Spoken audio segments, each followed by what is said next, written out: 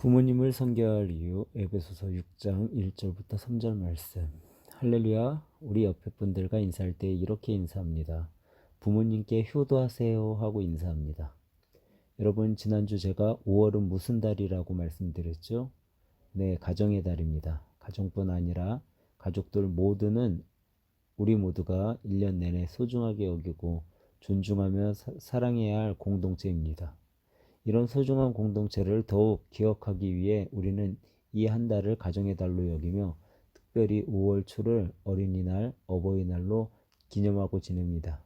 그래서 5월은 어떻게 보면 1년 12달 중 가장 가정에게 있어서 가장 행복한 달이 아닌가 생각하게 되기도 합니다.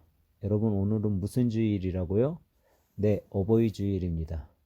저는 가끔 이런 생각을 해볼 때가 있습니다. 특히 요즘 노래 경연대회가 방송에서 많이 나오는데요.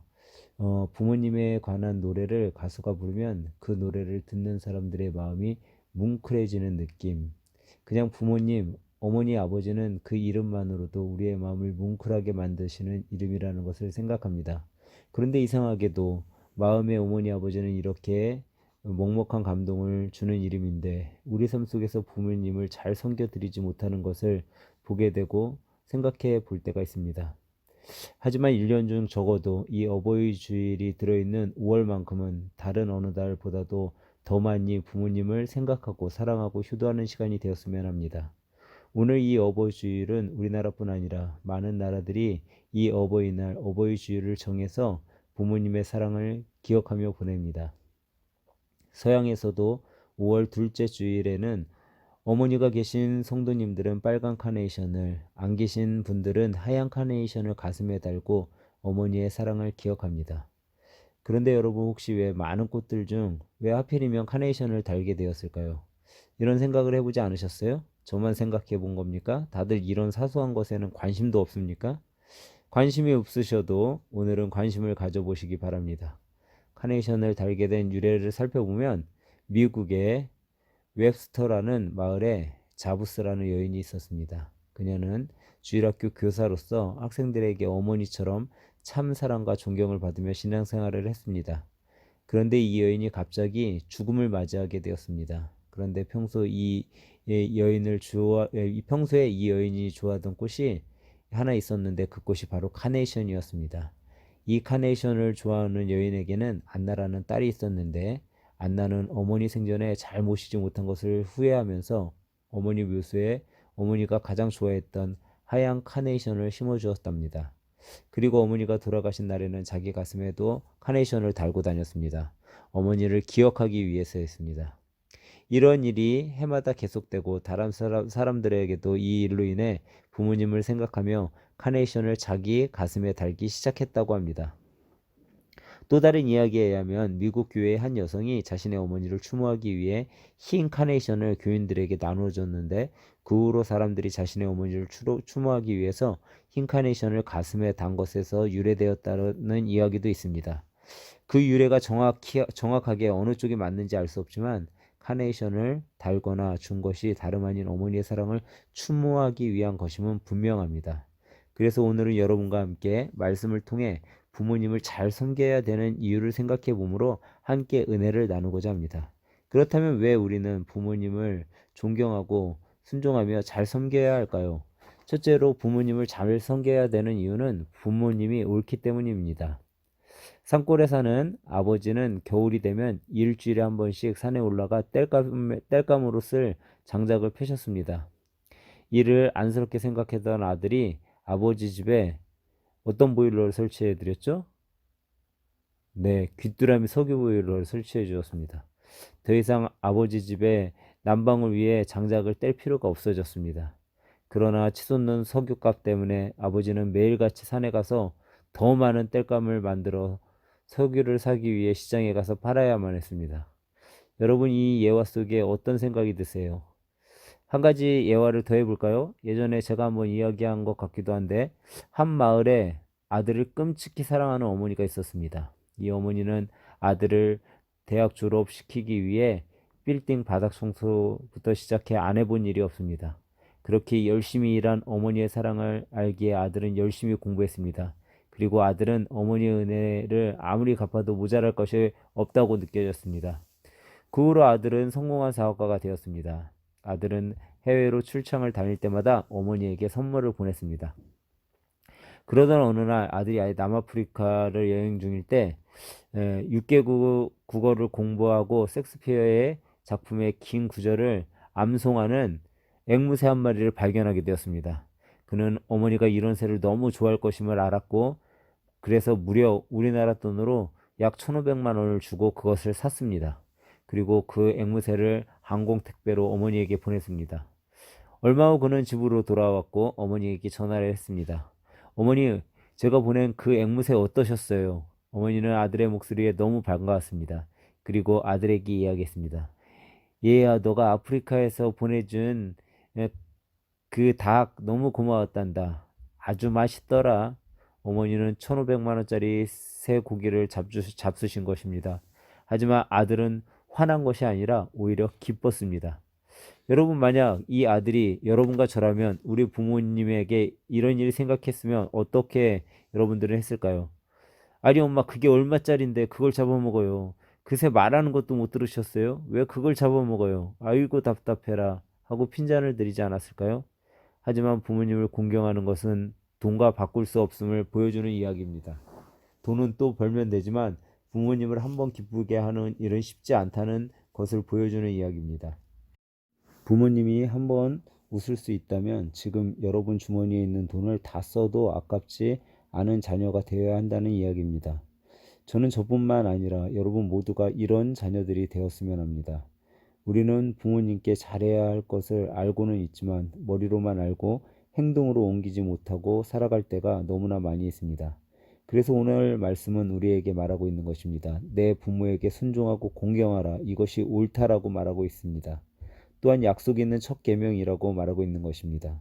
사실을 부모를 공경해야 하는 것은 예수님을 믿지 않는 불신자들도 이것이 옳은 것임을 잘 알고 있습니다. 그러기에 예수님을 믿는 우리는 더욱 이것을 옳게 여기고 생각 속에서만 마음 속에서만 있는 것이 아니라 행해야 하는 것입니다. 삶 가운데 행동으로 보여야 하는 것입니다.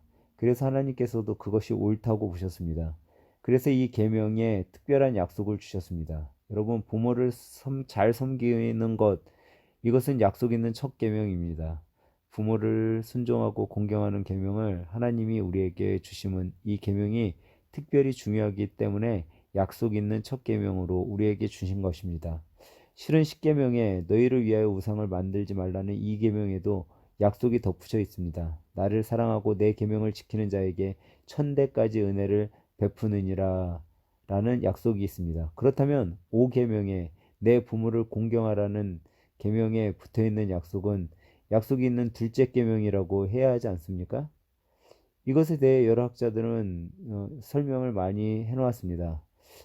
그중 칼빈의 설명이 가장 설득력이 있는 것 같습니다. 둘째 계명에 붙어 있는 약속은 둘째 계명에만 해당하는 것이 아니라 1계명부터 10계명 모두에 대한 약속입니다. 어느 계명이든 하나님을 사랑하고 그 계명을 지키는 자에게 천대까지 은혜를 하나님께서는 베풀어 주십니다. 그런데 다섯째 계명에는 이 은혜가 구체적으로 표현된 것이라고 할 수 있습니다. 그리하면 내 하나님 여호와가 내게 준 땅에서 내 생명이 길리라라고 말하고 있는 것입니다. 이렇게 생각하면 에베소서 5장에 나오는 남편과 아내에 대한 계명보다 더 중요하고 더 우리들이 기억해야 할 것이 부모에 대한 순종의 계명입니다. 십계명에는 남편과 아내에 대한 계명이 나오지 않습니다. 부모 순종이 되어야 남편과 아내가 서로 사랑하고 복종하는 것에 의미가 있어지는 것입니다. 부모를 잘 섬기고 순종하는 것 없이 서로가 짝짝꿍을 한다고 해서 주님이 기뻐하시는 것은 아닙니다. 사랑하는 성도 여러분, 부모님은 항상 옳은 분들이심을 기억하시길 주님의 이름으로 축원합니다. 그러면 둘째로 부모님을 우리가 잘 섬겨야 하는 이유는 무엇일까요? 그것은 하나님의 약속이 있기 때문입니다. 요즘은 60세면 청춘이라고 합니다. 그리고 70세면 아직 살만한 나이라고 합니다. 요즘 교회 이전을 위해 기도하면서 여러 준비를 하고 있는데 담임 목사님도 아직 사실 만한 나이라고 생각하셔서 그런지 너무 무리를 하셔서 걱정입니다.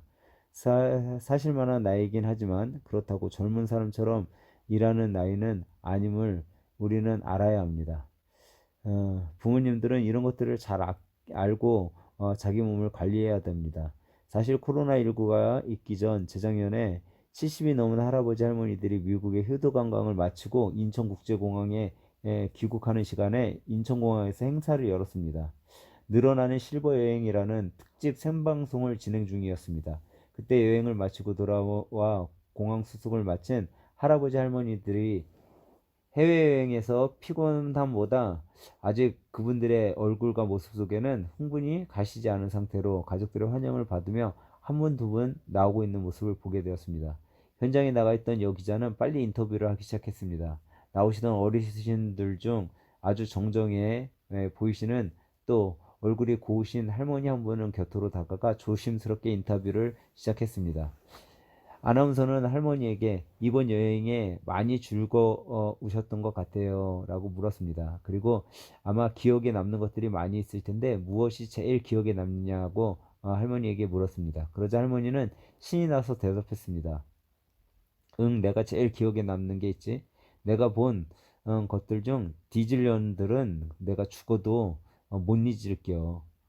지금 생각만 해도 그 디즐년들 내 정신을 몽롱하게 해야지.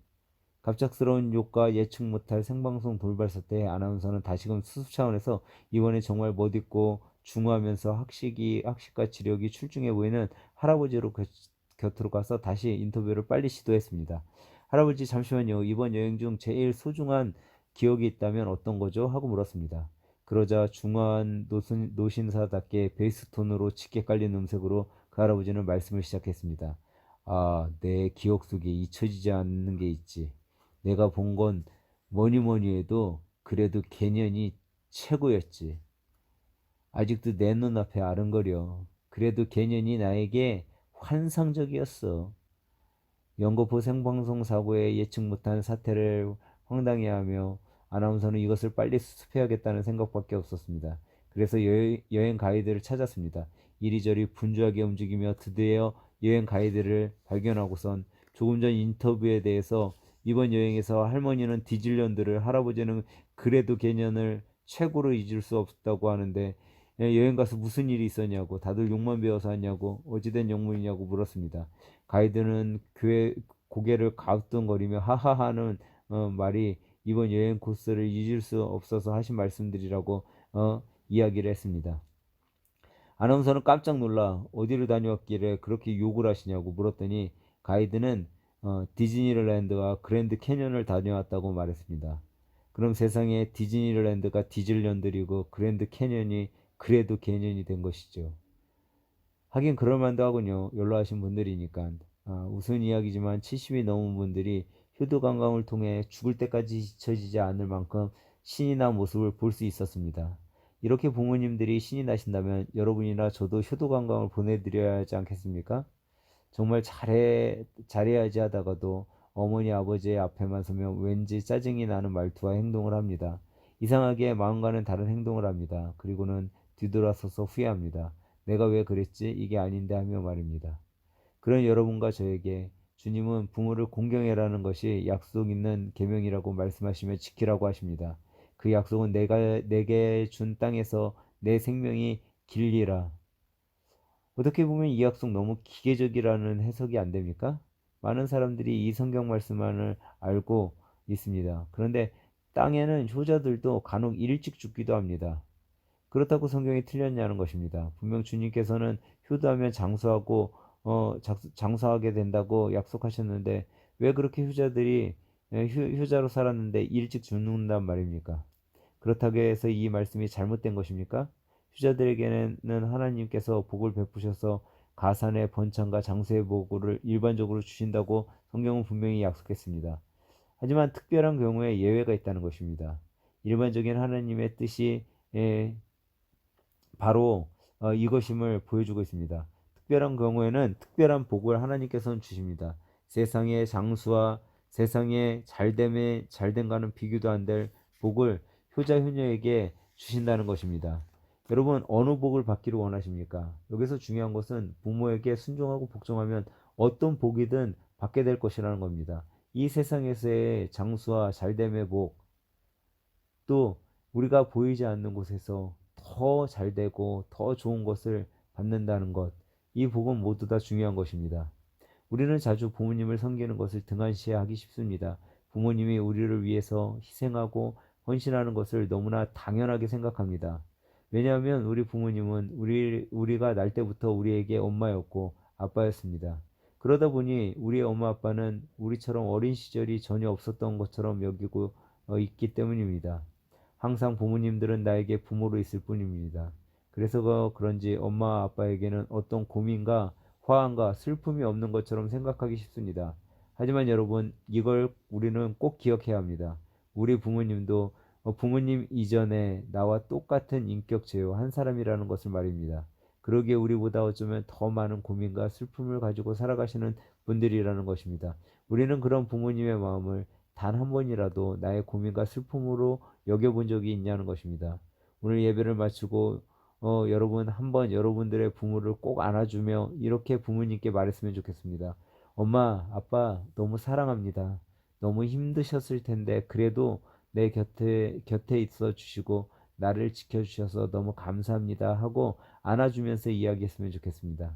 사랑하는 여러분, 주님께서는 부모님을 잘 섬겨야 할 것을 약속 있는 첫 계명이라고 우리들에게 말씀하고 계신 것입니다. 여러분과 저는 이것을 평생 부모님이 살아계시는 동안 행하는 믿음의 자녀들이 되시길 주님의 이름으로 축원합니다. 셋째로 부모님을 잘 섬겨야 하는 이유는 곧 잃어버릴 때가 있기 때문입니다. 소설가 신경숙 씨는 엄마를 부탁해라는 책에서 이런 이야기를 했습니다. 우리들의 가족관계에 대해 여러 가지로 생각하게 만드는 이야기들을 했습니다. 이 책 내용을 잠깐 말씀드리면 세상의 모든 사람에게는 엄마와 자식, 또 우리 모두에게는 나만의 엄마가 있는데 이 엄마란 존재는 때론 좋기도 또 때론 믿기도 고맙기도 원망스럽기도 하다는 말입니다. 그러나 굳건한 땅처럼 분명하고 단단하던 그 엄마가 나이가 들어 몸도 성취하는 엄마가 되었는데 이 엄마가 이제 자식들을 편하게 보기 위해 아버지 생신을 치르러 시골집에 자녀들이 찾아간 것이 아니라 서울의 자녀들의 집으로 올라오던 길에서 아버지 손을 놓치는 찰나 어머니는 꿈처럼 사라지고 잃어버리게 되었다는 겁니다. 부모님을 잊어버리고 전단지를 돌리며 인터넷 광고를 하고 엄마를 보았다는 사람들을 찾아 온 식구들이 사방을 헤매고 이리저리 분주하게 찾아다니지만 찾을 수 없게 됩니다. 그제서야 비로소 가족들은 가장 낯익은 존재가 가장 소중한 것임을, 공기처럼 물처럼 대지처럼 자신과 함께 있어준 엄마의 무게를, 또 엄마의 빈자리를 통해 확인하게 되는 것입니다.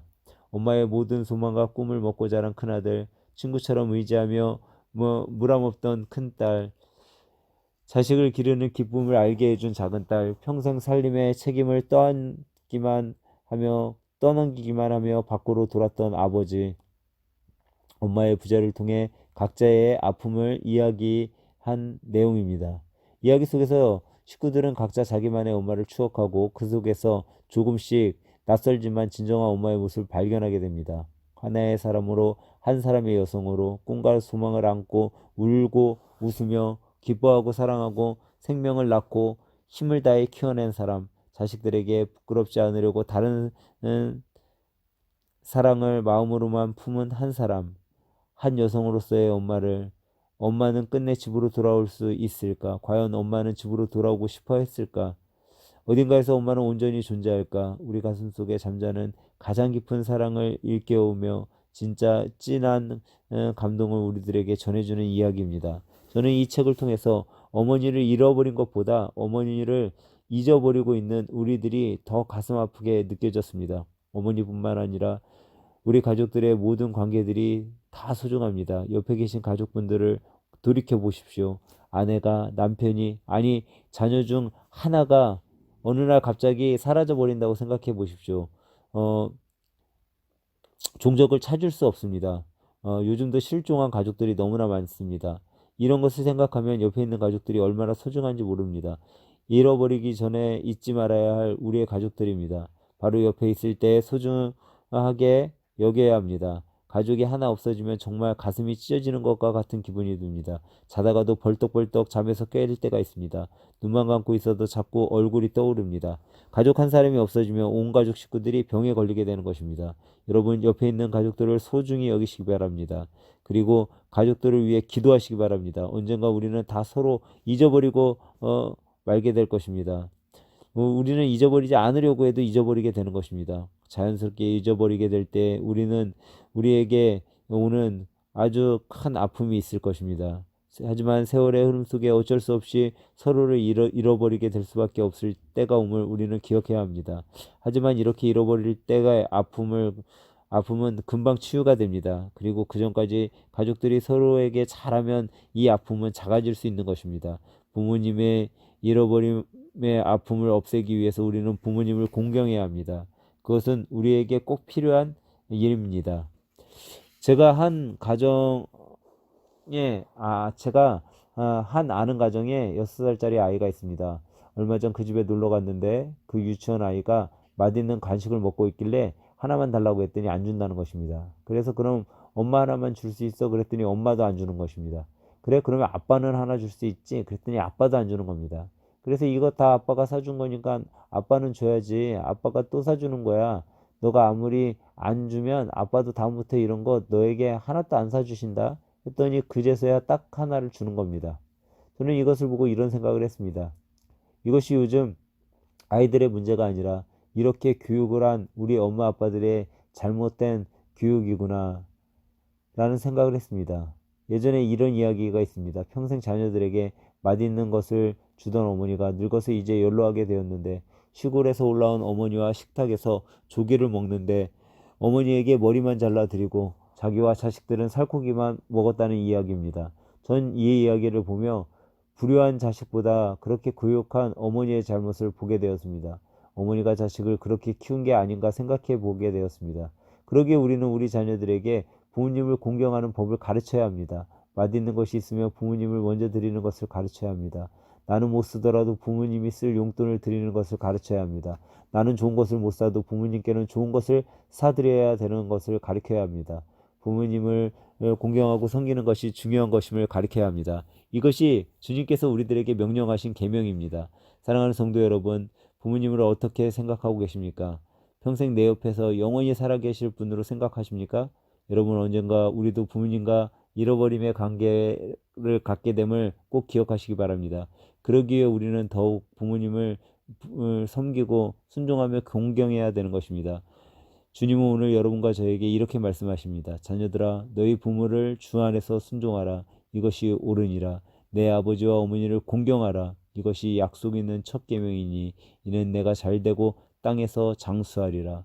오늘 예배에 참석한 여러분과 저는 이 주님의 말씀을 기억하며 지킴으로 주님이 주시는 복을 이 땅에 사는 동안 누리실 수 있기를 간절히 주님의 이름으로 축원합니다. 기도하겠습니다. 우리들에게 부모를 잘 섬기라고 명령하신 주님, 오늘 어버이 주일을 맞아 우리 부모님들 다시금 마음에 깊이 생각하고 부모님을 섬겨야 하는 것이 마땅한 도리임을 깨닫게 하심을 감사합니다. 자녀된 자로 부모님께 최선을 다해 섬길 수 있게 하시고 부모님께 받은 그 사랑을 우리 자녀들에게 심겨줄 수 있는 지혜로운 자녀요 부모가 되게 인도하여 주시옵소서. 부모를 섬기고 자식을 사랑하며 행복한 믿음의 가정을 만들어갈 수 있게 인도해 주시옵소서. 이 가정의 달 더욱 부모님과 아름답고 행복한 가정을 만들 수 있도록 성령님 인도하여 주시옵소서. 이 모든 말씀 예수님의 이름으로 감사하며 기도드리옵나이다. 아멘.